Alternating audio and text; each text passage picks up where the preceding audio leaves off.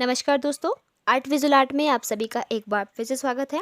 आज हम सॉल्व करने वाले हैं एनसीईआरटी सिलेबस के अंतर्गत क्लास 9th की ज्योमेट्रिकल ड्राइंग का क्वेश्चन नंबर 38 एंड 39। तो आइए सबसे पहले देखते हैं। क्वेश्चन नंबर 38 है हमारा, ए बी सी डी असमानांतर दो रेखाएं जिस कोण पर झुकी हो उस कोण को बिना रेखा बढ़ाए ज्ञात करो। तो आइए देखते हैं इस एंगल को विस्तार से।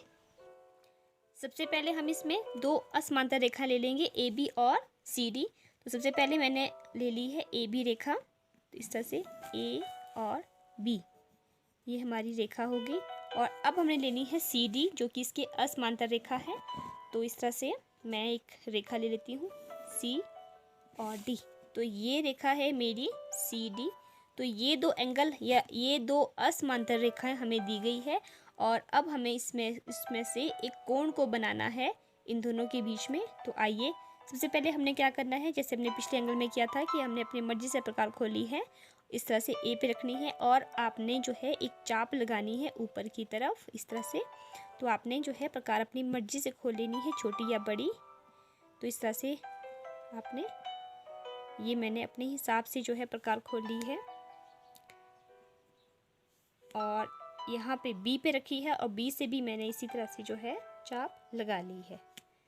अब हमने क्या करना है, ए बी से जो हमने चाप ली है, अब ए बी रेखा के समानांतर जो है हमने रेखा लेके इन दोनों चापों के सिरों को आपस में मिला लेना है। इस तरह से मैंने इसी के समानांतर रेखा ले ली है और आपने ध्यान से बिल्कुल अच्छे से जो है इन दोनों के सिरों को जो है मिला लेना है। और ये वाली जो लाइन आएगी हमारी वो डार्क लाइन आएगी। इस तरह से आपने डार्क लाइन लगा लेनी है इस तरह से। और जो यहाँ बिंदु सी पे जो है जो सी डी जो रेखा है, बिंदु सी डी रेखा सी डी को बिंदु ई पे जो है वो कट कर रही है। ये वाला बिंदु हमारा ई आ जाएगा और ये वाली जो रेखा है ये वाला जो है हमारा वो एफ आ जाएगा। मतलब ई और एफ जो रेखा है वो सी डी को यहाँ बिंदु ई पे कट कर रही है। अब हमने क्या करना है, यहाँ से जो है एक चाप लगानी है और यही वो एंगल है जो सी डी और ए बी रेखा के बीच में बन रहा है। हमारा नेक्स्ट एंगल है 39 एंगल। दी हुई रेखा ए बी रेखा के बाहर बिंदु ई से एक ऐसी रेखा खींचो जो ए बी रेखा पर दिए हुए कोण एक्स के समान कोण बनाए। तो आइए अब देखते हैं इस एंगल को विस्तार से। सबसे पहले आपने ए बी रेखा आपने ले लेनी है। तो इस तरह से ए बी रेखा आपने ले लेनी है, ए और बी, ए बी, और इसके साथ आपको कोई बिंदु यहाँ पे ई दिया गया है तो ई बिंदु हमने ले लेना है। और इसके साथ साथ एक आपको एंगल दिया गया है और ये एंगल आपने एक बना लेना है इस तरह से। और ये एंगल आपका न्यून कोण बनेगा इस तरह से। और आपने फिर अपनी मर्जी से आपने प्रकार खोल के जो है आपने नीचे की तरफ जो है इस तरह से आपने बना लेना है। और ये वाला जो है हमारा वो एक्स एंगल। तो इस तरह से ये तीन चीज़ें एक्स कोण, ए बी रेखा और बिंदु ई हमें जो क्वेश्चन में दिया गया है, हमने जो है एक ऐसी रेखा खींचनी है इस ई से ए बी पे जो कि एक्स के बराबर कोण बनाता हो। तो इसके लिए हमें सबसे पहले क्या करना है, इसके लिए सबसे पहले हम जो है ए बी रेखा पे कोई बिंदु यहाँ पे जो है हमने एच कोई बिंदु हमने ले लेना है अपने हिसाब से। और इस एच पे हमने जो है प्रकार रख के जो है ई के बराबर सबसे पहले हम इसको खोलेंगे इस ई के बराबर। और इस तरह से जो है आपने जो है चाप लगा देनी है नीचे की तरफ। ध्यान रहे आपने बिल्कुल ई के बराबर खोलना है और इस तरह से नीचे की तरफ आपने कोई चाप लगा देनी है जो ए बी रेखा को बिंदु जी, ये वाला बिंदु हमारा जी आ जाएगा, इस जी बिंदु पे कट कर रहा है। अब आपने क्या करना है कि प्रकार आपने उतनी ही खोल के रखनी है जितनी आपने एच से ई के बराबर खोली थी और ई पे रखनी है और जो कि एच के बराबर बिल्कुल इक्वल आ जाएगा इसी के बराबर, क्योंकि आपने पहले यहाँ से इतना खोला था और उतना ही जो है वो इक्वल डिस्टेंस होगा आपका।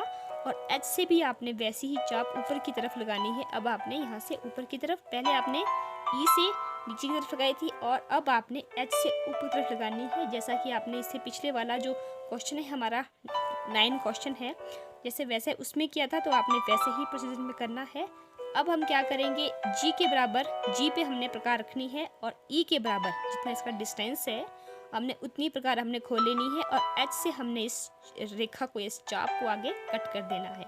और जहाँ पे ये कट कर रही है उस बिंदु को मैं अपने हिसाब से नाम दे देती हूँ के। इस के बिंदु को अब आपने क्या करना है, ये बिंदु हमारा के आ जाएगा।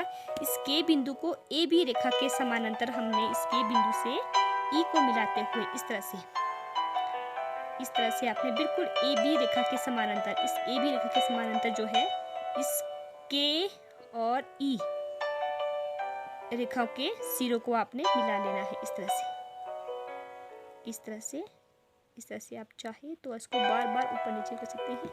इस तरह से आपने जो है इसके सिरों को मिला लेना है और ये वाली जो लाइन आएगी आपकी, ये आपकी डार्क लाइन आ जाएगी इस तरह से।